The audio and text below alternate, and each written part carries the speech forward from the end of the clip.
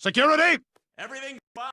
No, it isn't. Get in here. This evening on the Rock Newman Show, herbalist Dr. Sebi has worked with Michael Jackson and Lisa Left Eye Lopez. And he says his line of cell food cures everything from chapped skin to AIDS.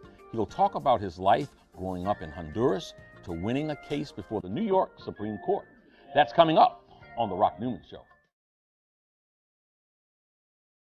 Welcome to the Rock Newman Show from the campus of historic Howard University, located in the nation's capital.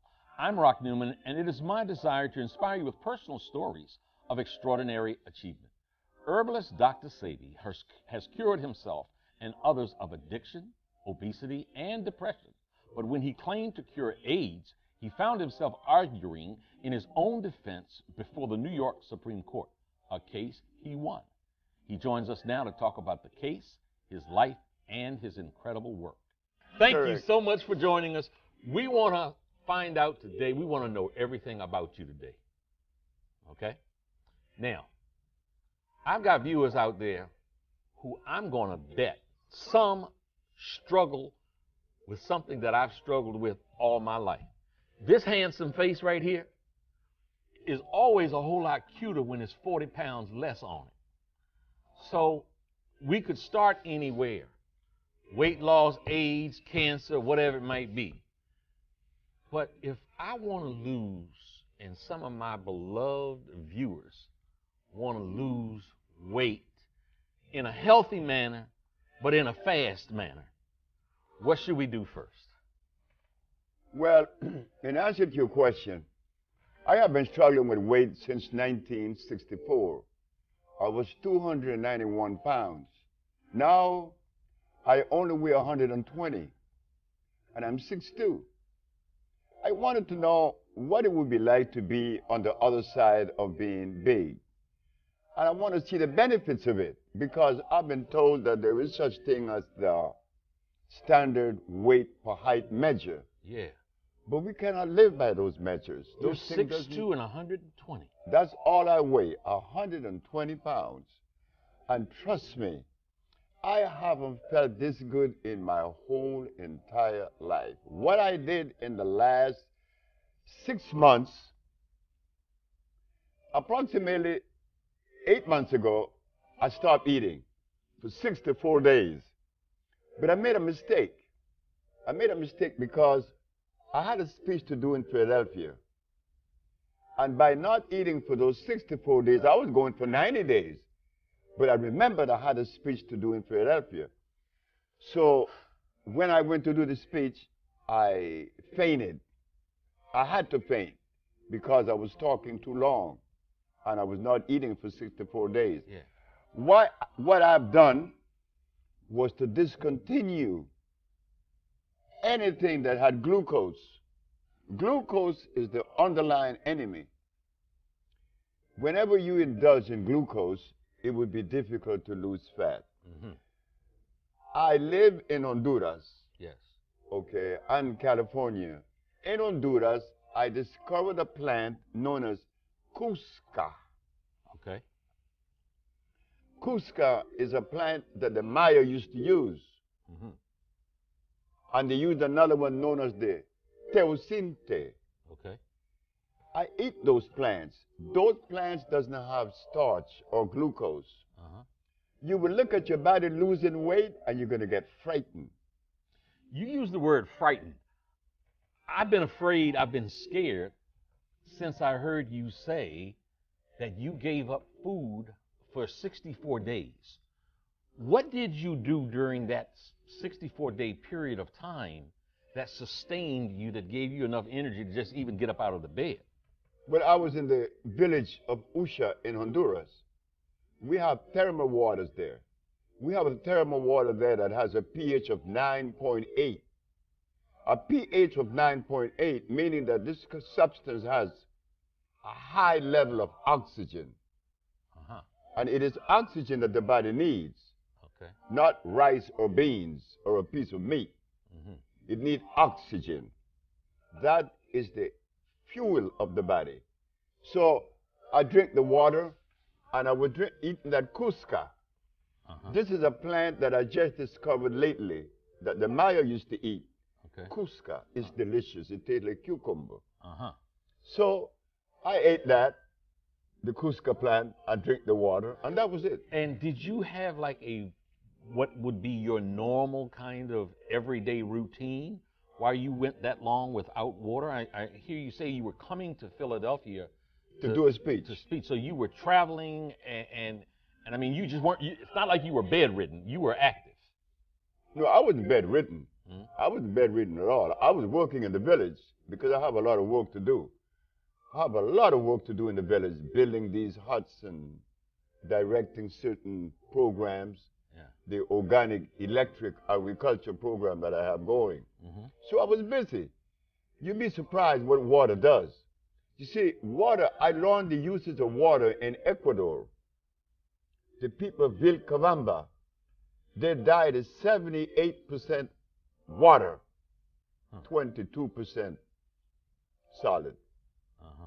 Because the body doesn't need that solid food. It needs fuel, and the fuel comes oxygen and water. Let me ask you. You said the pH Yes, in your village, where the thermal water yes, is 9.8, 9.8. and that is compared to what would be in the American water system here. Any idea? Well, 9.8 is a very high level pH. It's hydrogen ion concentration. A high level of pH ensures that you have the amount of oxygen that the body needs, also the minerals. You find that in the thermal waters. In America, there is water here because there was Trinity. Trinity water was thermal, and it was 9.8. Uh-huh. Yes, you find it in America also. Uh-huh. So let me ask you,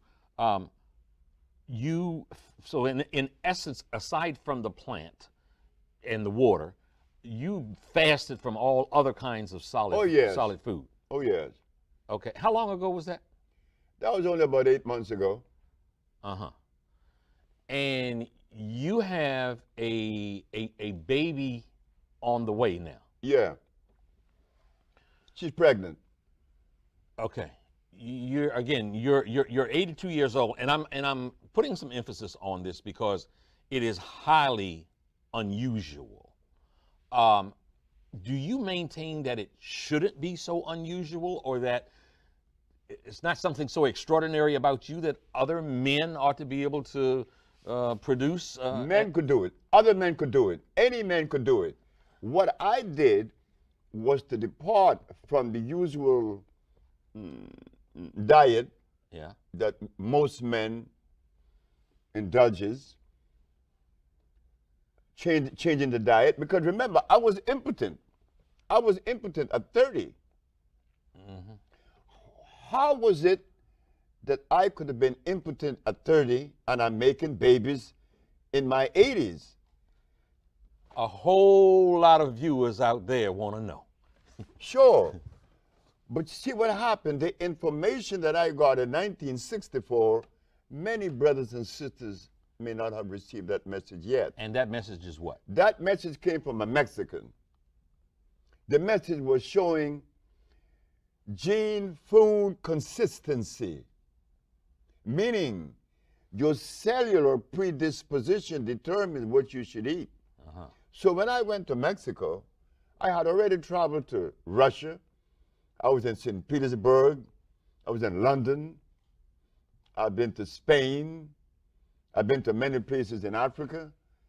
I was asthmatic. I was impotent. I had diabetes. I was in fact crazy. I was placed in an insane asylum in New Jersey in 1961. Schizophrenia and paranoia. So I'm schizophrenic, paranoia, I'm impotent, I'm diabetic, I'm asthmatic from birth. So I go to Mexico. Yeah. And the man asks me, where are you from? I said, I am from Honduras. Yeah. He said, we cannot talk. I said, why? Because black folks doesn't come from Honduras. Okay. Maya come from Honduras. Maya and Paya and Lenca. Yeah. So where you from? Oh, I'm from Africa. Now we talking. Now, because you are from Africa, do you believe that God was drunk when he put black people in Africa? I said, no. Well, do you believe that he put a diet there for you? I said, sure. And what's the diet? Rice and beans and potatoes and yams and cows and hogs and lamb. He said, not so. That's not the diet of an African. What is the diet of an African? He said, the same as the Toltec and the Olmec. All that which is native. But I didn't know these things because I was a Muslim. Okay. You know, I was in Islam. I love Islam. Yes. Islam gave me a whole lot of good things. I mean, I met Elijah Muhammad. Okay. I met the messenger, talking to him like I'm talking to you. Okay.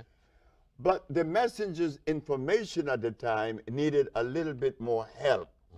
So he told me that I could not eat meat any longer, no lamb. Yeah. I could not drink any milk. Yeah. And So I abstained from all these things, and here I am now at 82. I'm happier than I've ever been in my life. Okay. In the opening of this show, I talked about you having worked with Michael Jackson. Yes.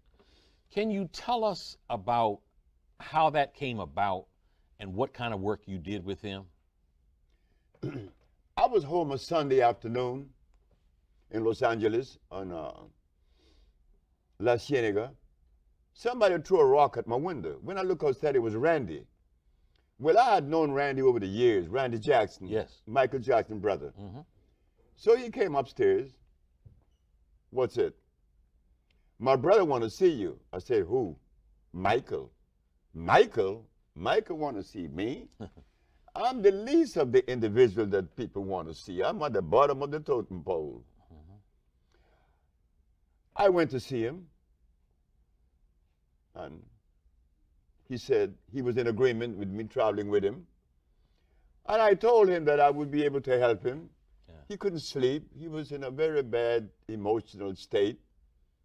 What time frame, what time period was this? Do you remember? 2004. Okay. I was with him from February until September. Of 2004. At the ending of September, I told him, I said, you know, you're singing, you feel good, you're looking good, I'm leaving. He said, don't leave me. I said, why? He said, I want you by my side, but I have a business to build. But I love Michael. Michael's beautiful. Yeah. Beautiful brother. What did you do for him? What I did for him was this. I gave Michael an intracellular chelation. An intracellular chelation means that I'm going to clean every cell that makes up every organ that totals his biological structure. Because he was full of a whole lot of drugs, you know, the pharmaceutical drugs. Yeah.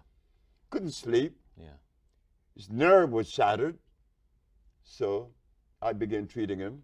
Yeah. And at the ending of the period, he was doing good, and I left. Yeah. Okay, so let's deal with this, because there might be some folks out there that are looking in here and they're saying, well, how did you learn to do these things, one? And I would say, and I think we have something that we'll end up showing on the screen here, regarding in 1979, I think it was, you were charged in New York City with practicing medicine without a license. You were ultimately charged, indicted, and taken before the New York Supreme Court.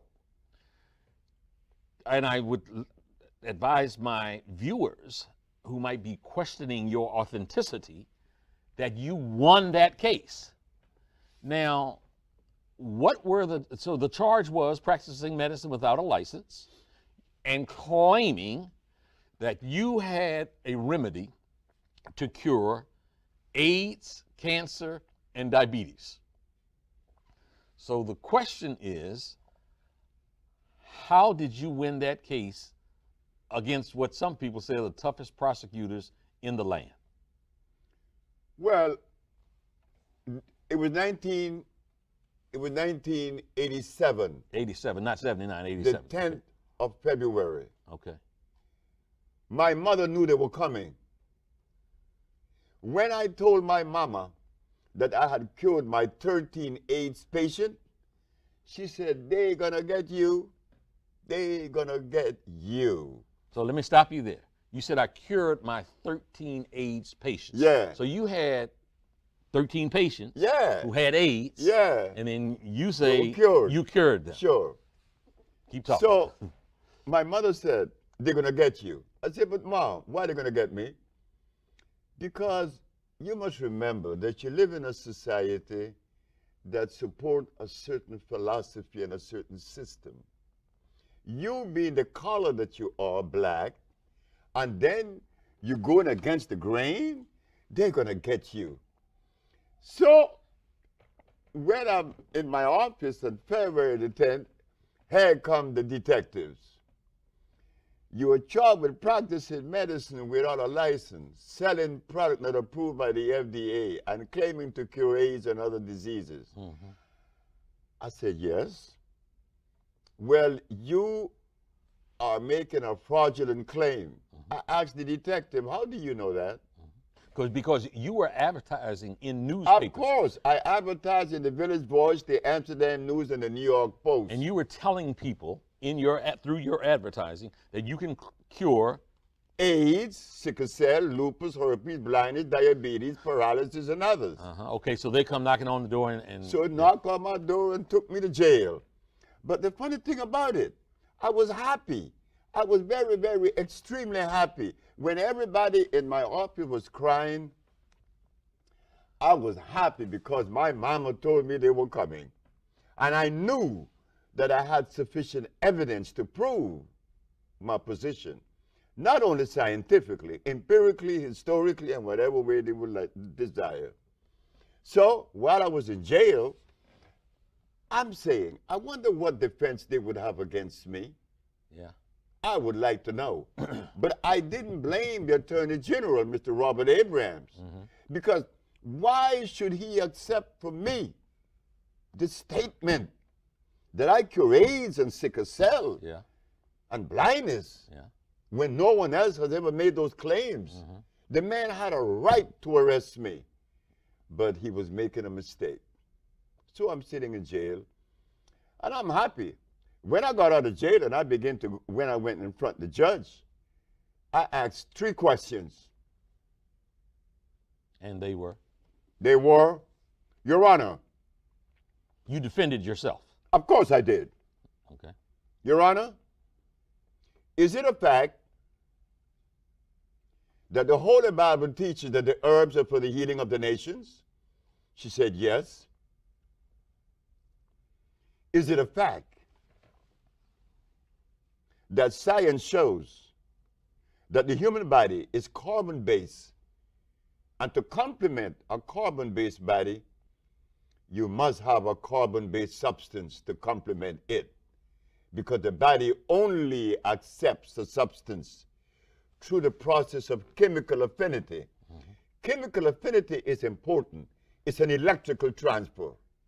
Chemical affinity. Okay. The body could only accept what it is made of, not something new or alien to it. Last question. Your Honor, is it a fact that the father of medicine, Mr. Hippocrates, the man that established the principle of medical science today, cured every disease known to man? Did he use herbs or chemicals? She said, "Herbs." I said, "Thank you very much. I rest my case." Okay. Go ahead. So I understood that the state were unprepared to defend itself. They were unprepared because in the past there was 2,781 cases that came before the Supreme Court and lost. I won. Not only did I prove scientifically, but I had the diagnostic sheets, and I do have them today. And those diagnostic sheets didn't come from me. They came from their school, their American accredited medical accredited school. Did I read it correctly where there was some requirement for you to actually bring patients, a patient into court from each of those maladies, and that you brought multiple patients in court who, one, testified themselves, and that you had medical records, one showing that they were victims of the disease, and then showing that it had been cured by one doctor, and then a second doctor verifying what the first doctor had said? Yes. We have to remember this, that whenever you make a statement that goes against the grain, you better be prepared. Mm-hmm.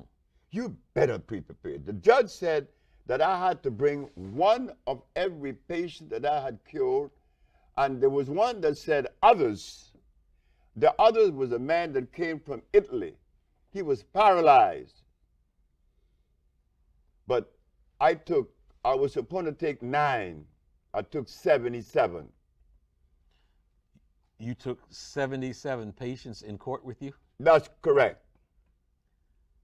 But I knew that my brain was not the same as your brain or any other brain, right? Mm-hmm. We're unique. Yeah. So when I make a statement, they're going to take my statement and pit it against philosophy. Mm-hmm. It doesn't fit. Mm-hmm. I represent an entity that isn't philosophical. And that entity is? Well, it is an African one. I'm an African. And we have to remember that. You see, we think that we could take a philosophy out of Europe or China and inculcate that into the African brain. It does not resonate. It cannot resonate. You cannot be yourself when you've been adulterated. Being that I am an African, I'm going to look at things the African way.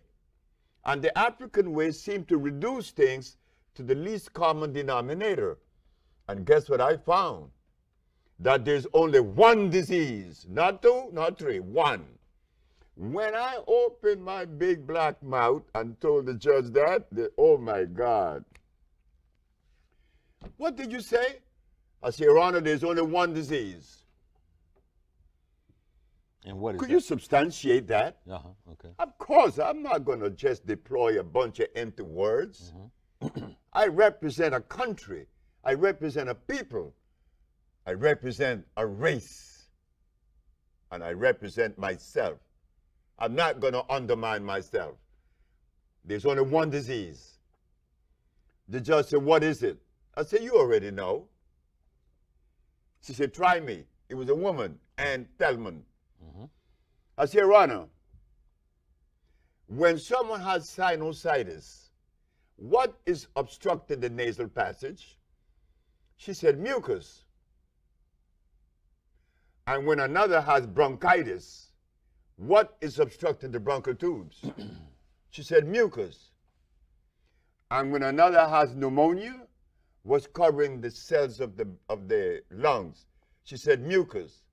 Dr. Victor Herbert, who is defending the state of New York, jumped up and said, what about AIDS? You and your one disease theory? I said, Your Honor, this doctor is saying that I believe in a theory. I am the last individual on earth that could believe in a theory. I do not lend myself to theories or philosophy. Mm-hmm. Either I know or I don't know. Okay. He's talking about theories. Yeah. You talking about the real deal. I'm talking about reality, mm-hmm. not theories, mm-hmm. not philosophy. So please share with this. So she said, and what about AIDS? Yeah. So, well, he asked about what about AIDS? He want to know where the mucus. I said, Your Honor, have you been to an AIDS ward? She said, yes. I said, what is it that the AIDS spits up every 5 minutes? She said, mucus. Where is the mucus? It's in the skin, it's in the blood, and the lymphatic system that makes up the immunological system. That is where you find the mucus, Mr. Victor Herbert. how could you disagree with truth? You see, what happened, I didn't go to school. I have never been to school. I have never attended any school, kindergarten, grade school, high school, or anything. But I had parents that kept me anchored to the African way, not to the Chinese way, not to the European way, not to the Japanese way. I am an African. Were your patients all of color? No, no. I have patients that are white. I have more white patients than I have black. Okay, so this scourge that, has just run rampant, through the world, AIDS. Can you walk us through, as much as you can, a step-by-step process where you have a patient that has AIDS and you do XYZ or ABC, and then the patient no longer has AIDS? Can you walk us through that? Of course. When the first patient was a brother in Boston named Michael White, and a sister, she's from D.C. Her name is, oh boy, I forgot her name right now. Okay. But she told me, she said, Dr. Sebi, my brother has AIDS in Boston. So what do you do? I said, well, I must send him the compound. The compound that I made were made to cleanse the cells. Okay. They come in the category of phosphates, carbonates, iodides, and bromides. Now we are entering the science of biochemistry. Okay. These are food and vitalizers. I remove from the man's diet lactose, uric acid, and carbonic acid, milk, starches, and meat. By removing these things from his diet and then cleansing his cells, he began to see recovery in 24 hours. And so it went. They kicked him out of the hospital 2 weeks later. Memorial Hospital in Boston, Dr. Bonanno. Then there was a young man in D.C., Zelma Peterson is her name. Zelma Peterson. She was the one that introduced me to my second AIDS patient, and from then it was all the way alive. Okay. Now, you have documented. I got proof now. You have proof. I have books with the documents in it, diagnostic sheets. Yeah. And the medical world still puts out that you are a quack, you're a crazy man, you're not credentialed, and that you run scams on people. But you have documented proof of healing people. Now, I know that you have you reference a compound in Honduras. You also operate out of Los Angeles also. So when you get a patient now, if you have a DC patient, does that DC patient need to go to LA or Honduras? Or? No, we treat them. In fact, we send 1,000 packages a day throughout the world right now. Israel, Hong Kong, China, Russia. We have people in the village now from Russia. We have people from all over the world. We send packages all over the world. You don't have to even be in Honduras. But it is good to go to Honduras because the thermal waters are there. Yeah. And they accelerate the process of healing once you immerse your body in it and you drink it. You speak of Honduras. Now, about the medical science saying that I'm a quack, yeah, I do not blame medical science for making that statement, because my race has never done anything on that level of endeavor to express itself able to cure diseases on that level, in other words. So, sure, I'm a quack, but I don't care what they say. Yeah. What I was concerned with, not medical science, because I know that they're the one that has violating. I am not the violator. Hippocrates did not establish the school of medicine by using chemicals because the chemicals cannot assimilate. A chemical cannot assimilate with the human body. An herb can because they are electrical. Okay. Herbs are electrical, and we have yet to understand that. I was concerned with the black leadership of America, not medical science. When I had cured these people of sickle cell and lupus and herpes and blindness, I was happy. I said, now I could go to all the leaders. I could go to Minister Farrakhan. I could go to Jesse Jackson. I could go to Al Sharpton. I could go to Oprah Winfrey. But what I found out, I was mistaken. I was wrong. They are not interested in the healing of any black people. That's an explosive claim. That is not an explosive statement. That is a reality. There isn't a black leader in America that is interested in the health of the black race. Do you say that because they refuse to interact with you? They are not in the position to respond. If they were, my first case of AIDS was cured in 1984. Yeah. And since then, we've been curing people of lupus and herpes and cancer and blindness. Not one black leader ever said, well, let us help the brother. That you just mentioned what some people in hushed tones refer to as the C word, cancer. I have friends right now that have been victimized by that scourge of a disease. Two fairly close to me who have been going through chemotherapy. We just recently had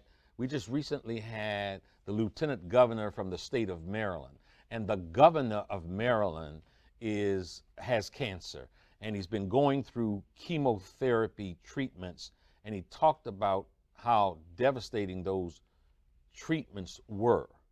So you obviously don't treat with chemo. Why is it wrong for a cancer patient to be treated with chemotherapy? Chemotherapy is an approach that destroys cells. Chemotherapy doesn't distinguish between good cells and bad cells. It destroys cells. It's an acid approach. What kind of approach? Acid. Oh, acid approach, okay. My approach is an intracellular cleansing. What causes disease in the first place? An acid condition. Well, let us sweep it out. Let us find the plants that are consistent with cleansing. You see, we just begin to wake up. We just begin to realize that we are way in a deep deficit. What do you mean by that? Well, I mean that we have never spent time in analyzing or even trying to understand the difference in our genetic predisposition. We have never understood the science of biochemistry. All of the folks that have came to us, they came to us with history, bunch of history, a lot of religion, a lot of philosophy, but none of them came with a food that would help me to live as healthy as I possibly can. Look carefully. We're not going to make excuses no more. Because if we continue to make excuses, we're going to go deeper into the deficit. Just recently, a report came out that the Christian diet need to be examined, re-examined. Because in the Christian diet, you have people eating hog, potatoes, rice, and beans. But if we take this substance to a biochemist, he's not going to find any food in any of these substances. So why do we eat these things? Then we get sick. I always use that black woman in the jungle. For some reason, she keeps showing up. This black woman in the jungle keeps showing up as setting the standards and raising the bar. Why? Tell me what you refer to when you say this black woman in the jungle. Oh, I mean, this woman was the woman that set the standards. This woman didn't die because of disease. She didn't have any hospitals in the jungle. She didn't have any doctors. She didn't have any medicine. That's why Hippocrates said that your medicine should be your food, or your food should be your medicine, because the African people didn't have a doctor. They didn't need him because they didn't have any of the substance that would violate the biology of the individual. So how long did they live? Do you and I know how long those Africans lived in the forests of Africa before the chemical people came? Furthermore, my mama wasn't naked. She was natural. Because to say that my mama was naked in the forest is to say that God made clothes. I mentioned Michael Jackson. You talked about your experience with him. I remember a provocative, very interesting profile that was done by CBS in an interview with Lisa Left Eye Lopez, who we also mentioned at the top of the show. Can you please tell us what your experience was with her? Because Lisa. she said, we have the footage, that she was committed to spreading the word of Dr. Sebi. What did you do with her and for her? I don't know why Lisa would say that she was spreading the word of Dr. Sebi, because she healed Dr. Sebi. She healed you? That's right. This young lady came to me because she needed help, right? Yes. Her eyes were blinking really fast, and she had a little thing that she was suffering with that she wanted to get rid of, and she got rid of them. And one day she said to me, you know, it was 4 o'clock in the morning. She's in a 21 days fast. No, sorry, 42 days fast. Lisa came in the hut where I was living with these 2 cups of sea moss. Sea moss is known as Chondrus cryptus. I had her drinking sea moss. She said, you know, you have helped me, but you need healing. And she was right. I was in a state of disarray, and I didn't know it. It took a woman to show me that.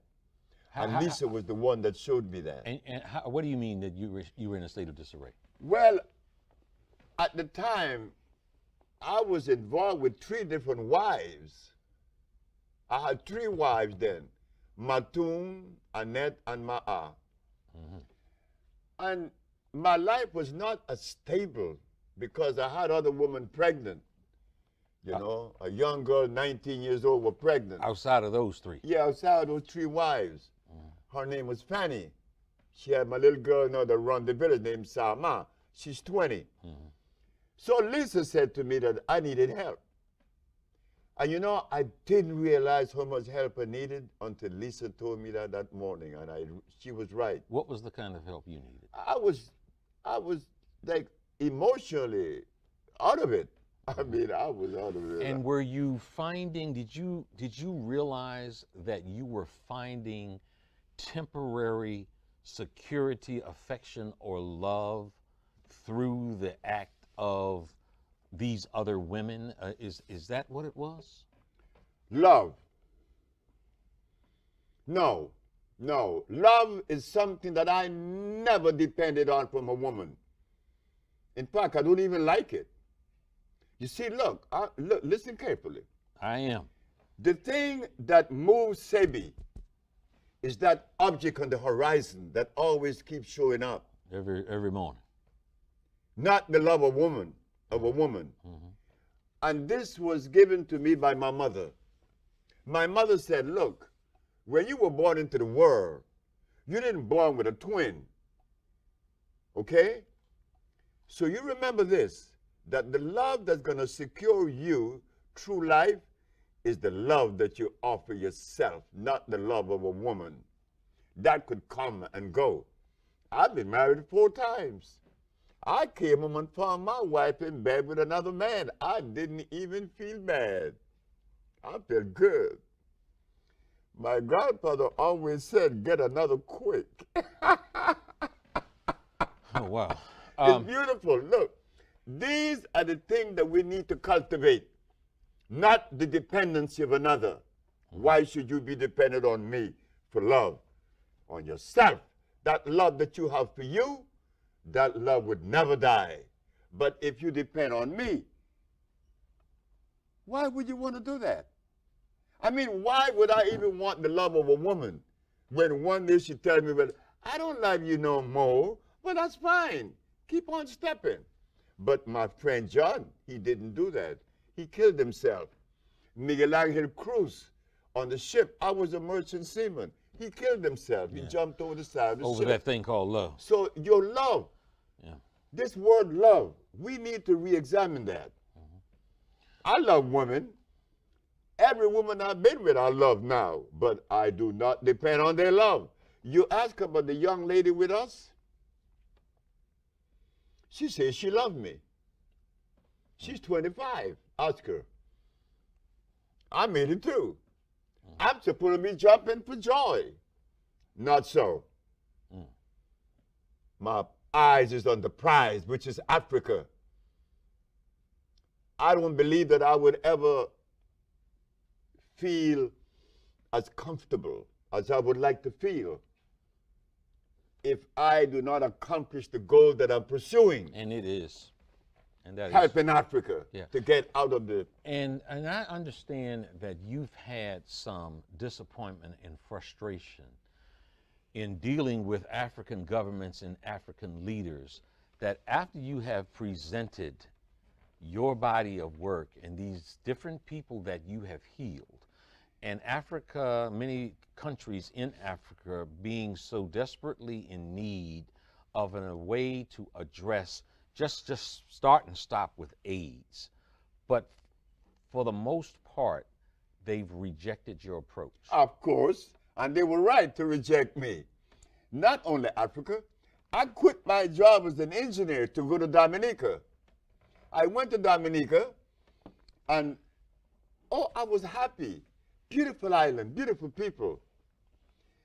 And people were cured of blindness, diabetes, and a whole lot of other stuff. You said people were cured. You helped? Yes, while I was there. And Miss Mary Eugenia Charles said, you got to go. I said, but Miss Charles, I'm doing a service here. Look, you got to go. Okay? She kicked me out. Me and my crazy self, I went to South Africa under the leadership of Mr. Nelson Mandela. I said, well, I went to the Board of Health. I said, this is what I have done. And I showed them all my documents and diagnostic sheets. AIDS is devastating South Africa. So I thought that because I could do this job, that I would be received with love. That's all I wanted, love, right? Understood. Mandela said, get out of here. Nelson Mandela, wait. Another one, Mr. Mugabe from Zimbabwe. Oh, I got to Zimbabwe, I took all these boxes of compounds and, oh, I was happy. I'm gonna do some work in Africa. I said, get out. I said, wow, what's wrong with me? What have I done wrong? But when I look at it carefully, the African were right to kick me out. They are right to reject me. Every African country is 100% right. Why do you say that? They are right because the African people are totally unaware that what they are eating is undermining their struggle, undermining their own existence. Africa is eating starch and blood. Starch and blood. Now, let us take that to the laboratory and see if there's food there. No, there's no food. You mentioned earlier that in the Dominican Republic, in essence, that there were multiple maladies and you had an impact in curing. And one of them you said blindness.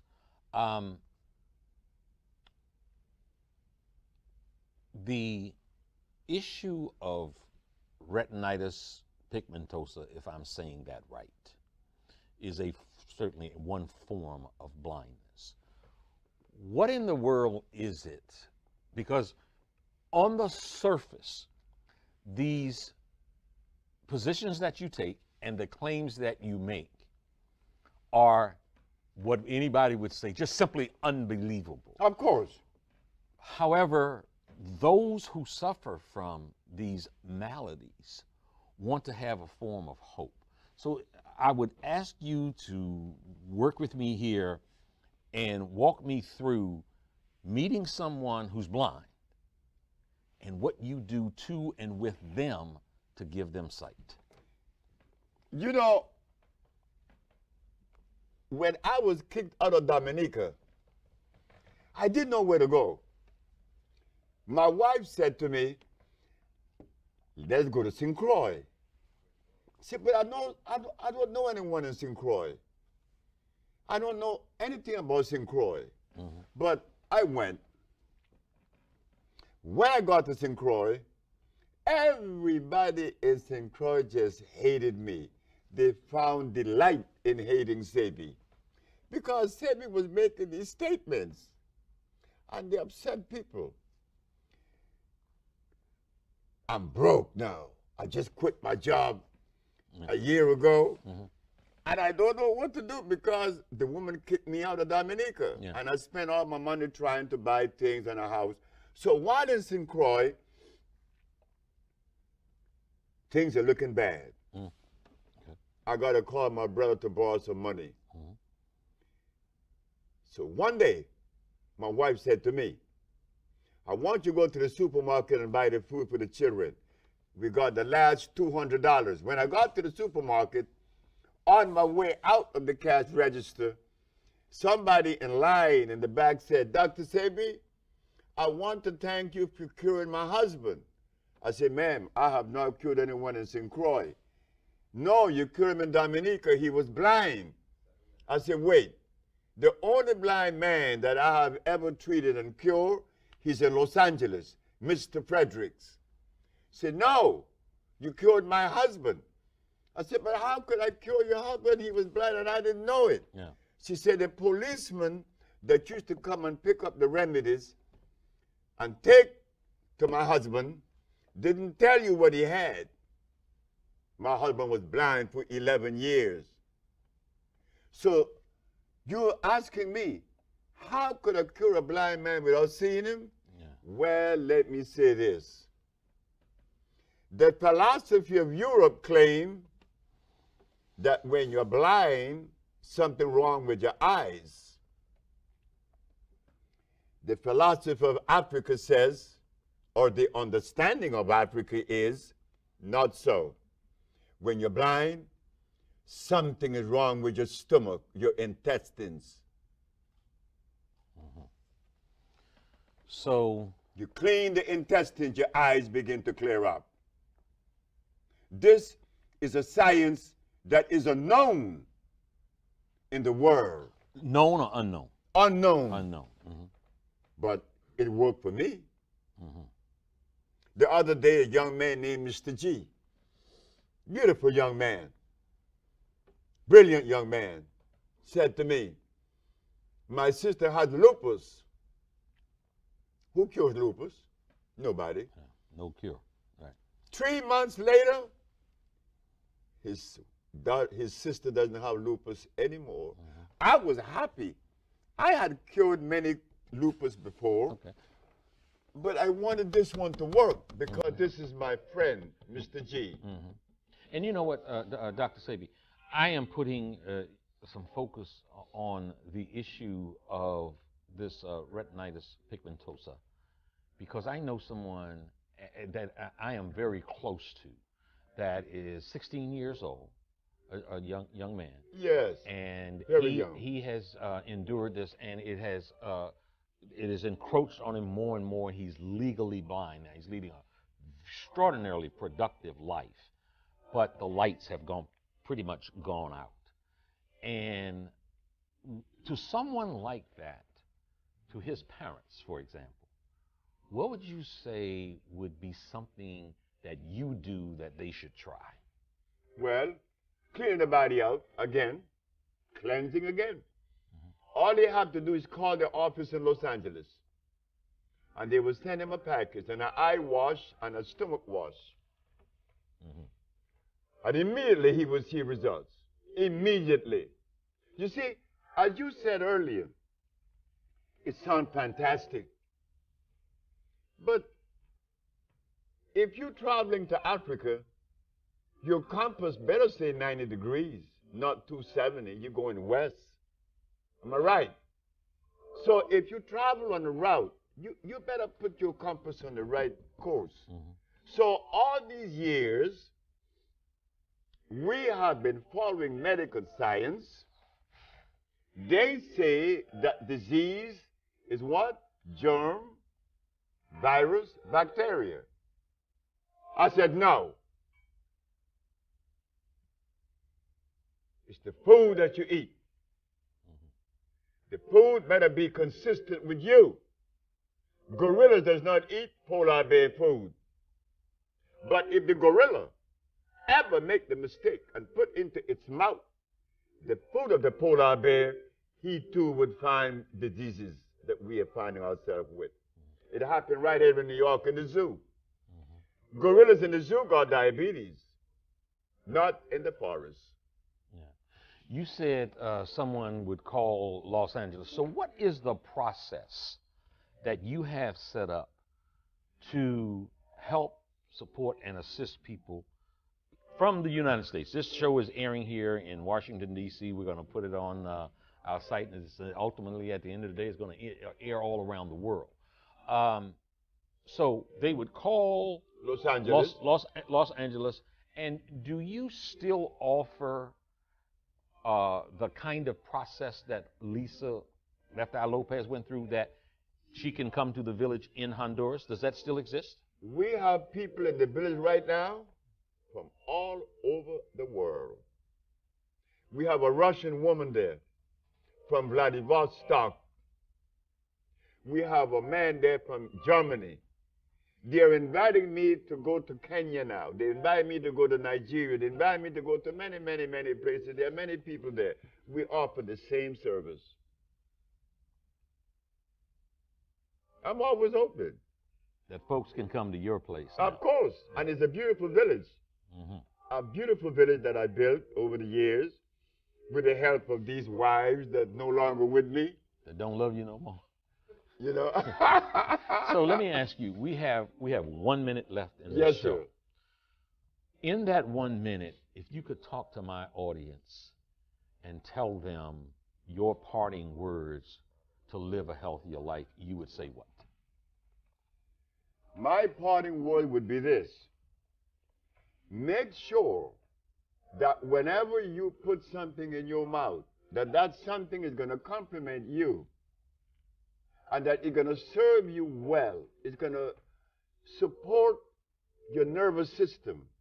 Because if you don't, you will find yourself stressed. Not only are you going to find reasons to dislike me, you're going to dislike yourself. Glucose is the greatest enemy that you could ever be faced with. Avoid it. Because the one thing you want to do is to love. And that love should begin with you. Once you love you, you love the whole world. It's easy. It's delicious to love everybody and everything. There's no better note to end on. Dr. Sebi, thank you so much for joining us. Thank you for inviting me. Yes, folks, I had to have this man here. There was some question a lot of questions about whether or not he would be someone that should be broadcast on these airways. You decide for yourself. That wraps us for this evening. For more information on this program or any other program produced by WHUT, go to WHUT.org. I'm Rock Newman. God bless you, and we'll